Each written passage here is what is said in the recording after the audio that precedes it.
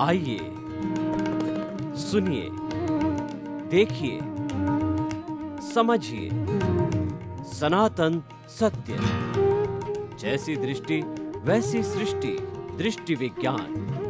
कुदरत, कुदरती रचना एवं कुदरत के कानून से शाश्वत सुख की प्राप्ति।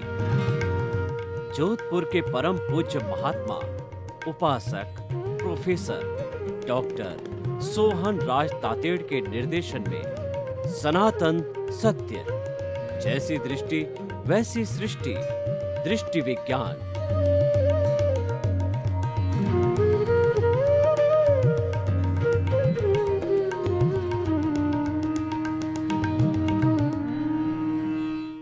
चंदेषु निम्मलयरा आइचेषु अय्यं पयासैरा सागरवर गंभीरा सिद्धा सिद्धिं मम दिशन्तु सिद्धा सिद्धिं मम दिशन्तु।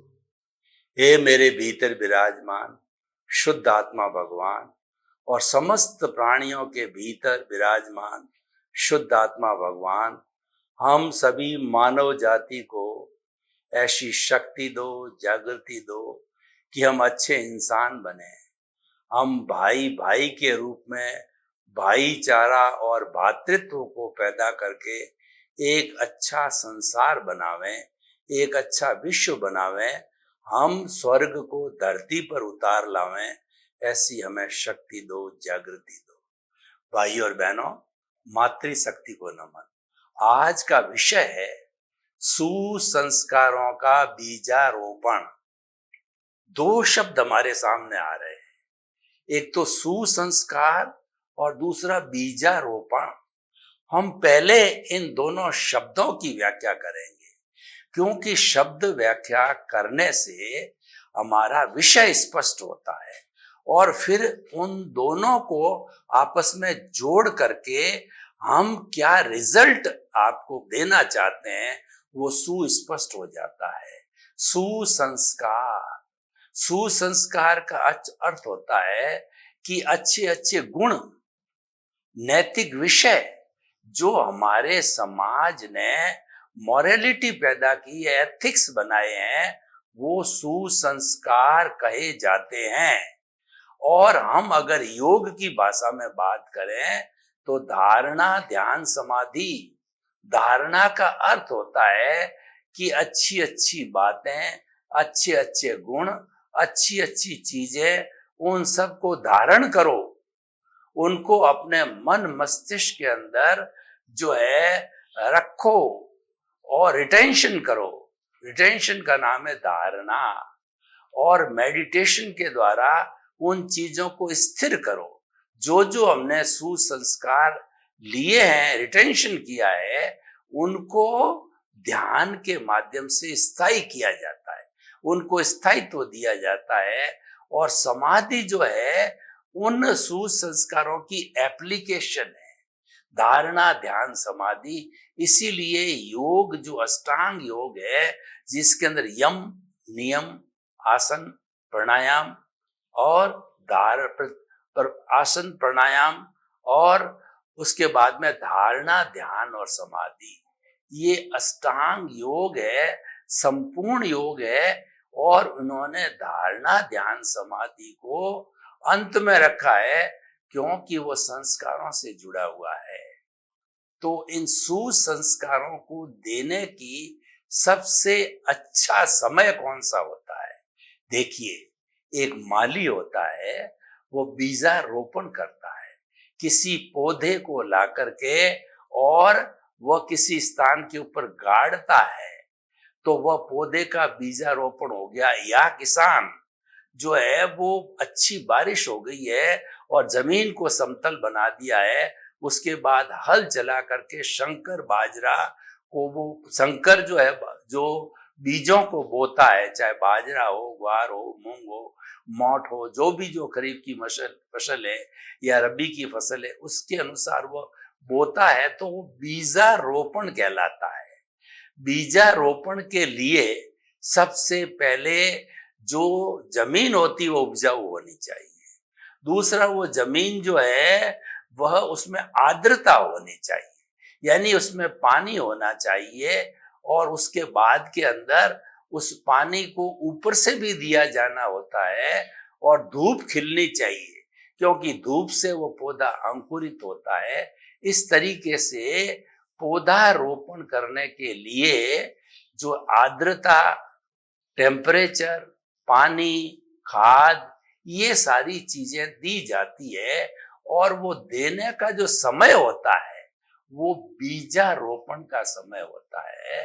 जब रोपित की जाती है वो सबसे सुंदर समय होता है। तो ऐसे समय के अंदर अगर हम सबसे पहले अच्छा बीज लेते हैं, और भूमि उपजाऊ होती है, भूमि के आसपास में व्यर्थ जो है कंटीली झाड़ियां वगैरह ना हो, भूमि उपजाऊ हो, और बीज अच्छी किस्म का हो, और उसको वैसी परिस्थितियां मिल जावे। परिस्थितियों का अर्थ हो गया कि आर्द्रता, पानी, खाद, और जो ट्री गार्ड वगैरह ये सारी मिल जावे, तो पौधा धीरे धीरे जो है वह ऊपर आने लगता है, बड़ा होने लगता है। तो ठीक इसी तरह से अगर हम मानव जाति की बात करें, जब बच्चे को समझ आ जाती है, समझ आने के बाद में बच्चे के अंदर सुसंस्कारों का बीजारोपण करना चाहिए। और ऐसा कहा जाता है कि माता है बच्चे की प्रथम पाठशाला है। सबसे पहले बच्चा माँ से सीखता है।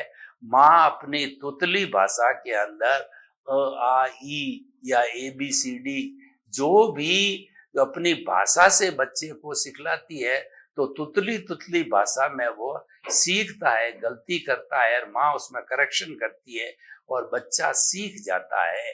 इसीलिए माँ के द्वारा जिस भाषा के अंदर सिखाया जाता है उसको मातृभाषा, मदर टंग कहा जाता है। यानी सुसंस्कारित करने के लिए मानव को सबसे अच्छा समय वो होता है बचपन होता है। बच्चा एक खुली प्लेट की तरह, खुली स्लेट की तरह होता है। अब स्लेट पर क्या लिखना ये हमारे पर निर्भर करता है, और उसके साथ साथ में बच्चा एक खुली पुस्तक होता है। उस पुस्तक पर क्या लिखना है, ब्लैंक बुक है, ब्लैंक पेपर है, उस पे हम जैसा लिखते हैं बच्चा वैसा सीख जाता है, बन जाता है। तो कहने का अर्थ ये हुआ कि जो है संस्कारों का बीजारोपण करने के लिए जो है हमें जो सबसे उपयुक्त टाइम है वो बचपन का टाइम है। क्योंकि जो बचपन का समय होता है, उस बचपन के समय के अंदर बच्चे में बहुत बड़ी जिज्ञासा होती है, बच्चा सीखना चाहता है, और बच्चों में कॉपिंग पावर बड़ी फास्ट होती है। जैसे आप सिखाओगे वो तुरंत ग्रहण कर लेगा।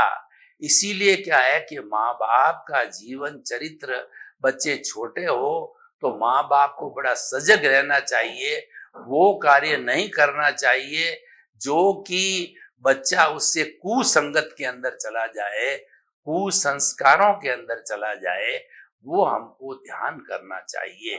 तो बच्चे को सुसंस्कारों का बीजारोपण की सबसे अच्छा समय होता है। अब क्या क्या कई बार क्या होता है कि माँ बाप जो है बच्चों पर ध्यान नहीं दे पाते हैं, तो बच्चे जो है अपने दोस्तों के साथ में स्कूल में या अन्य जगह पर जो है वो कुसंस्कार सीख लेते हैं।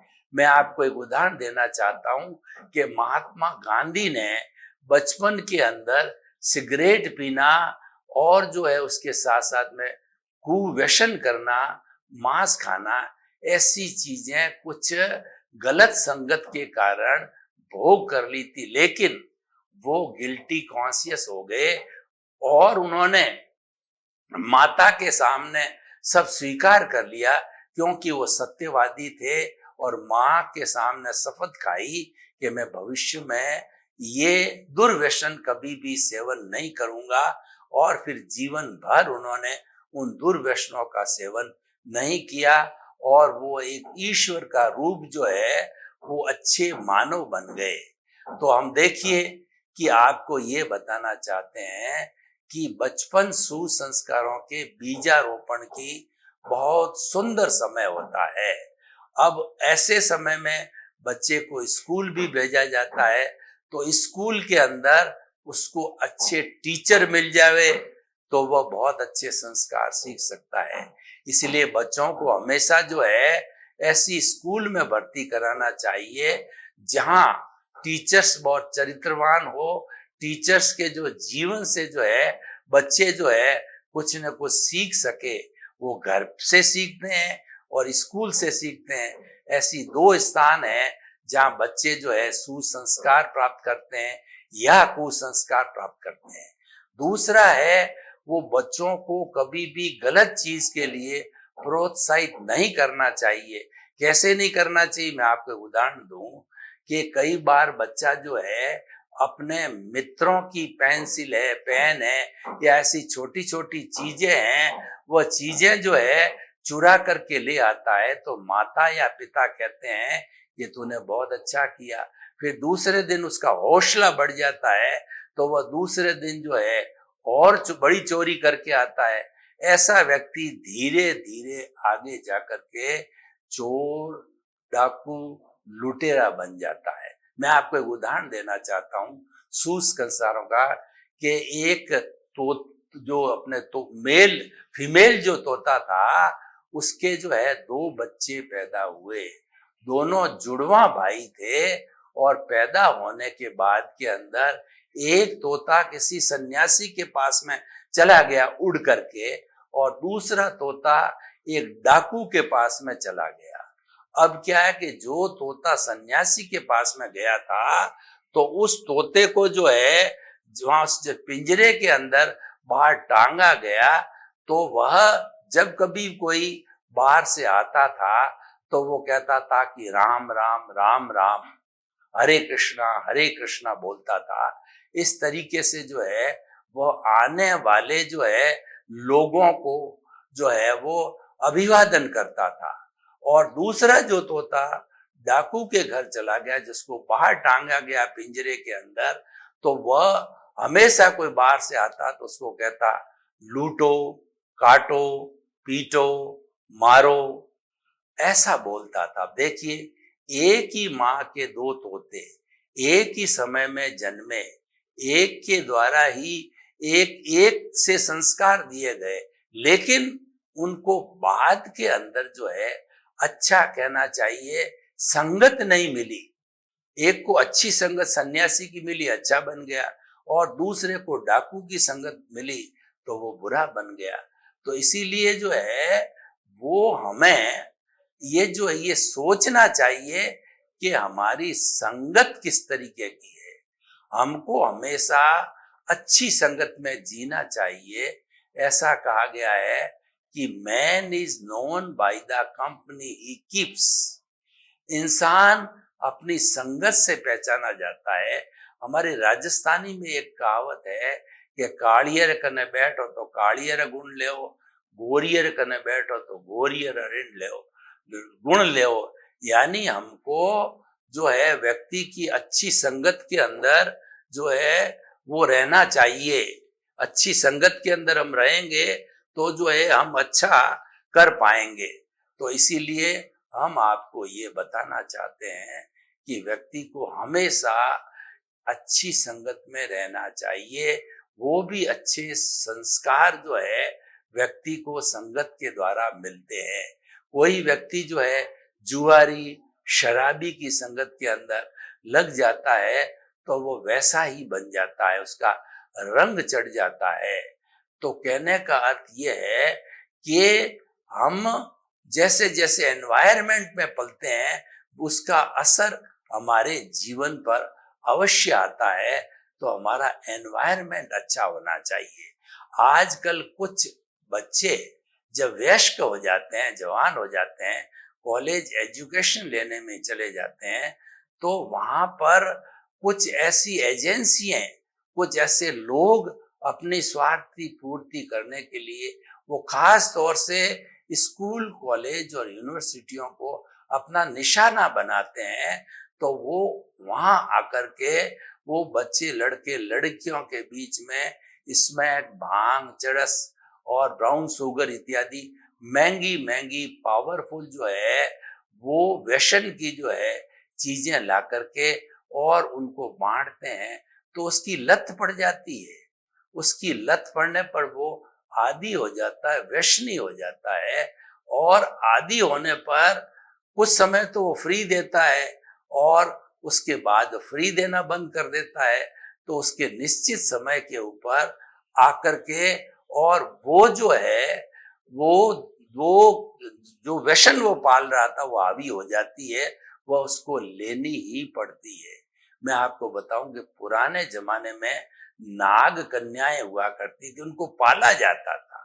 उनको पाला कैसे जाता था? उन कन्याओं को रोज जो है सर्प डसाया जाता है और जाता था, और वो युवती एकदम अप्सरा जैसी होती थी, उसको कोई भी देख करके मोहित हो जाता था।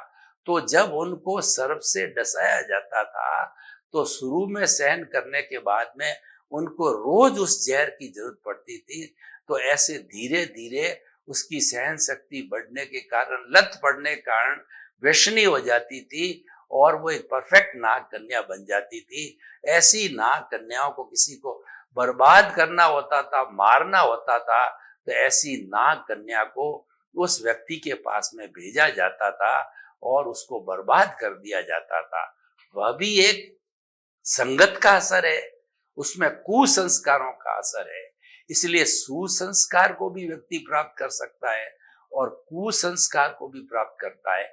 लेकिन खास तौर से जो है हमारी जो यंग एज है, यानी हमारी 5 साल से 18 साल की जो उम्र है, उस उम्र के अंदर हमें जो है पूरा ध्यान रखना चाहिए अपने पेरेंट्स को कि बच्चा कोई गलत व्यक्ति की संगत में तो नहीं है, बच्चा कोई गलत एक्टिविटी तो नहीं कर रहा है, उस पर ध्यान दिया जाना चाहिए। और समय समय पर स्कूल जाकर के या टीचर से पता करके और उसकी एक्टिविटी के बारे में ध्यान रखना चाहिए। अगर वह सुसंस्कारों की अच्छी बातों की एक्टिविटी करता है तो वो आगे जाकर के अच्छा इंसान बनेगा, और अगर वो ऐसे समय में भटक जाता है तो वह जीवन भर भटकता रहेगा, क्योंकि वह चीज उसके ब्लड में मिल जाती है, वो अस्थि मज्जा तक मिल जाती है, और फिर अस्थि मज्जा तक कोई भी चीज चली जाती है जिसको हम अवचेतन मन कहते हैं, तेजस शरीर भी कहते हैं, तब उसमें सुधार करना बहुत मुश्किल है। सुधार तो हो सकता है लेकिन बहुत कठिन परिश्रम करना पड़ता है, और कई बार इतना परिश्रम होता भी है कि नहीं होता। यानी लत को छुड़ाने के लिए पेरेंट्स को या कोई भी रिलेटिव्स को बहुत ज्यादा जो है मेहनत करनी पड़ती है। इतनी मेहनत कोई कर पाता है या नहीं कर पाता है, यह भी चीज है। तो इस तरीके से सुसंस्कारों का बीजारोपण की सबसे अच्छी जो समय होता है वो बचपन होता है। बचपन में अच्छे संस्कारों से पोषित हुई हुई पौध बाद में बहुत सुसंस्कारों के साथ में लहलहाती है। जबकि वो वयस्क हो जाता है तो एक अच्छा इंसान बनता है, गुड मैन बनता है। ऐसे बहुत से गुड मैन होते हैं, तो वो परिवार अच्छे होते हैं, वो समाज अच्छा होता है, और ऐसे अच्छे अच्छे समाजों से मल्टीप्लाई होता होता हमारा देश और विश्व जो एक स्वर्ग बन जाता है, वसुधैव कुटुंबकम बन जाता है, और हम बहुत सुंदर तरीके से इस विश्व को जो है चला पाते हैं। आज का युग ग्लोबलाइजेशन, प्राइवेटाइजेशन, लिबरलाइजेशन का युग है। यानी आज सारी धरती जो है एक गांव के समान हो गई है। हमारे पास इंटरनेट, मोबाइल, टीवी ऐसे साधन हैं कि वो विश्व के 210 कंट्री की क्या कल्चर है, क्या संस्कार है, उनकी क्या रीति नीति है, उनको बहुत अच्छी, क्या भौगोलिक वातावरण है, बहुत अच्छी तरह से समझ सकते हैं। लेकिन हमें वो समझने के साथ साथ में यह ध्यान देना चाहिए कि हम गलत चीज तो नहीं ले रहे हैं, हम कुसंस्कार तो नहीं ले रहे हैं, क्योंकि कुसंस्कार जो अगर ले लिए जाएंगे तो हमारे जीवन के लिए दुखदाई होंगे। तो हमारे इन साधनों के अंदर अच्छी और बुरी दोनों चीजें आती है, तो आपको लेनी कौन सी है? जो हमारा कुसंस्कार पैदा करे, कुसंगत पैदा करे, उन चीजों को टच भी नहीं करना चाहिए। हमारे जैन धर्म के अंदर कुल 9 तत्व बताए गए हैं: जीव, अजीव, पुण्य, पाप, आश्रव, संवर, निद्रा, बंध और मोक्ष। तो इसके अंदर जो जो अच्छे उपादेय है, उपादेय का अर्थ हो गया कि ग्रहण करने योग्य है, तो वो जो है हमारा संवर है, निर्जरा है, और जीव की जो है वह अच्छी अवस्था है, वह जीव की शुद्ध अवस्था है, वह हमारे लिए उपयोगी है, मोक्ष उपयोगी है। और दूसरा अजीव है, पुण्य है, पाप है, बंध है, ये हेय है, छोड़ने योग्य है। तो कहने का अर्थ हुआ कि व्यक्ति को जीवन में जो सूपड़ा होता है ना, सूपड़े के अंदर अनाज को जो है छटनी की जाती, तो सूपड़ा क्या करता है कि जो गेहूं के या किसी अनाज के दाने दाने को तो आगे फेंकता रहता है, और जो कंकर होता है कंकर को पीछे रखता है, और वो कंकर जो है वह सारे इकट्ठे हो जाते हैं। इस तरह से छाजड़े के द्वारा हम इसको अलग कर सकते हैं। तो हमारे जीवन में भी सुसंस्कार कुसंस्कार आते ही रहते हैं, उसके लिए हमको विवेक से काम लेना है, विवेक को अप्लाई करना है। विवेक के लिए कहा गया है कि विवेके धम्ममाइये, विवेक ही धर्म है, कॉमन सेंस है। और विवेक को धर्म इसीलिए कहा गया है कि आप हेय और उपादेय को समझो। 3 शब्द आते हैं, हेय, उपादेय और गेय। इस दुनिया में अच्छी और बुरी चीजें जो होती है वो दोनों गेय है, दोनों जानने योग्य है। और दूसरा उपादेय का मतलब ग्रहण करने योग्य है, और हे का मतलब होता है छोड़ने योग्य है। तो इस तरीके से जो है हमें हे और उपादेय को समझना चाहिए और उपादेय को ग्रहण करना चाहिए। जीवन में अच्छाई अच्छाई को ग्रहण करते रहो, बुराई बुराई को छोड़ते रहो। जितने भी हमारे फूल है, गुलाब का फूल है वगैरह है, वो कांटों के साथ में उगते हैं। तो कांटे जो है वो हमको चुनना चाहिए, कांटों को अलग करना चाहिए, हमें फूल फूल लेना चाहिए, क्योंकि फूल उपयोगी होता है, कांटा तो चुभता है। इसलिए जीवन का लक्ष्य बना दो कि जहां जहां बुराई है उस स्थान पे हम नहीं जाएंगे, उसको हम ग्रहण नहीं करेंगे, उसको हम छोड़ते चलेंगे। और अच्छाई जहां से भी मिले, एक बच्चे के द्वारा मिले या बड़े से द्वारा मिले, किसी के द्वारा वो अच्छाई मिले तो हमको ग्रहण करनी चाहिए, क्योंकि हमारा विकास जो करने वाली है वो अच्छाई है। वो हमको अच्छे स्थान पे ले जाएगी, अच्छा बनाएगी। इसलिए हमें सुसंस्कार हमेशा जीवन में लेते रहना चाहिए। तो अभी तो हमने ये सारी बाह्य जगत की बात की है, क्योंकि हमारे सामने 2 जगत है।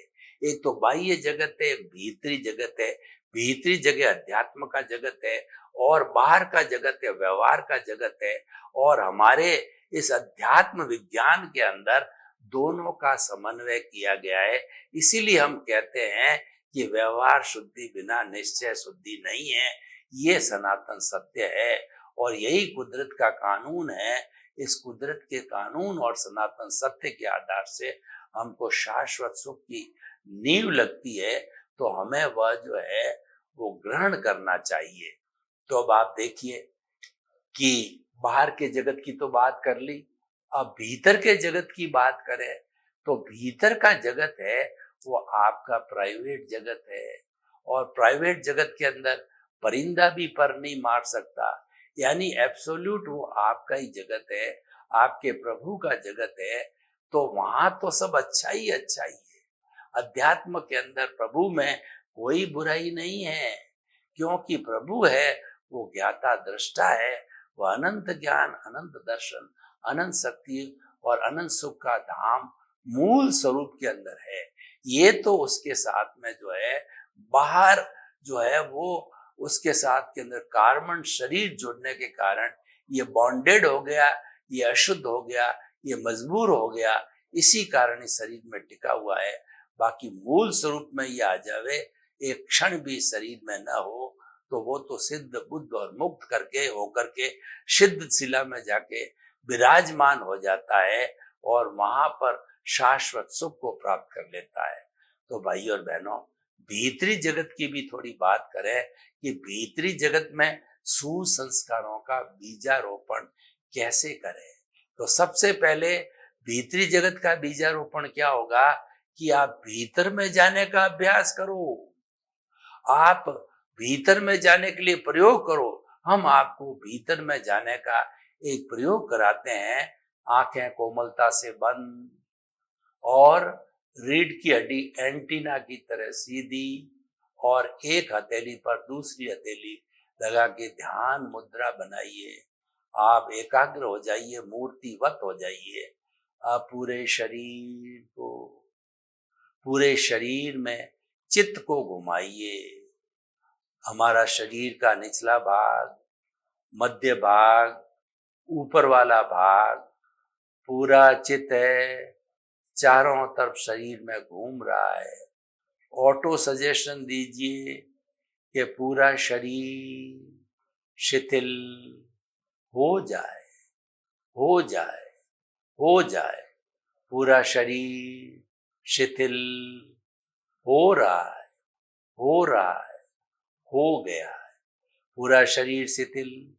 अब दोनों नथुनों के बीच में जो है आप अपने ध्यान को केंद्रित करिए, चित्त को, और देखिए कि गहरा श्वास, लंबा श्वास, समतल श्वास। तो हमारा श्वास लंबा हो रहा है, गहरा हो रहा है। और गहरा कीजिए, लंबा लीजिए। सांस लेते समय पेट फूलना चाहिए, सांस निकलते समय पेट सिकुड़ना चाहिए। सांस शिथिल, शरीर शिथिल। अब भीतरी जगत में हम गोते लगाने के लिए जो हमारा दर्शन केंद्र है, आज्ञा चक्र है, वहां पर अनुभव कीजिए कि दोनों नथुनों के बीच से जो है वो जो पीले जो है गुलाबी रंग के परमाणु भीतर खींच रहे हैं, और गुलाबी रंग के परमाणुओं का हमारे आज्ञा जो है चक्र पर और केंद्र जो हमारे जो है वो दर्शन केंद्र पर गोला बन गया है। ये पिनियल ग्रंथि का है, ये आत्मा के अंदर भीतर जाने का स्थान है। भीतर जाइए, भीतर जाइए, खूब गहरे लंबे जाइए। देखिए कि कितने गेट लगे हुए हैं, गेट ही गेट लगे हुए हैं। अब हम प्रभु के दर्शन करेंगे। रूपक के रूप में प्रभु तो अशरीरी है, लेकिन तेजो पद में शुक्ल लेश्याएं हैं जो कि मुक्ति को दिखाने वाली शुभ लेश्याएं हैं, शुभ भाव है। उनको 3 पट्टी बनाएंगे। सबसे ऊपर चमकती हुई सफेद रंग की ब्राइट पट्टी जो कि प्योरिटी की है, वो हमको मुक्ति की ओर ले जाने वाली है। और एक पट्टी जो है पीले रंग की हल्दी के कलर की, तो इस पट्टी को चमकदार हल्दी का कलर ये हमको आनंद देती है। और तीसरी जो पट्टी होती है हमको शांति देती। प्रभु के दर्शन हो रहे हैं, ये भीतरी जगत का हमारा बीजारोपण है। इसका भी हमें आनंद लेना चाहिए और हमें भीतरी जगत और बाह्य जगत का समन्वय करके सुसंस्कारों का बीजारोपण करना चाहिए। सर्वे भवन्तु सुखिनः, सर्वे सन्तु निरामया।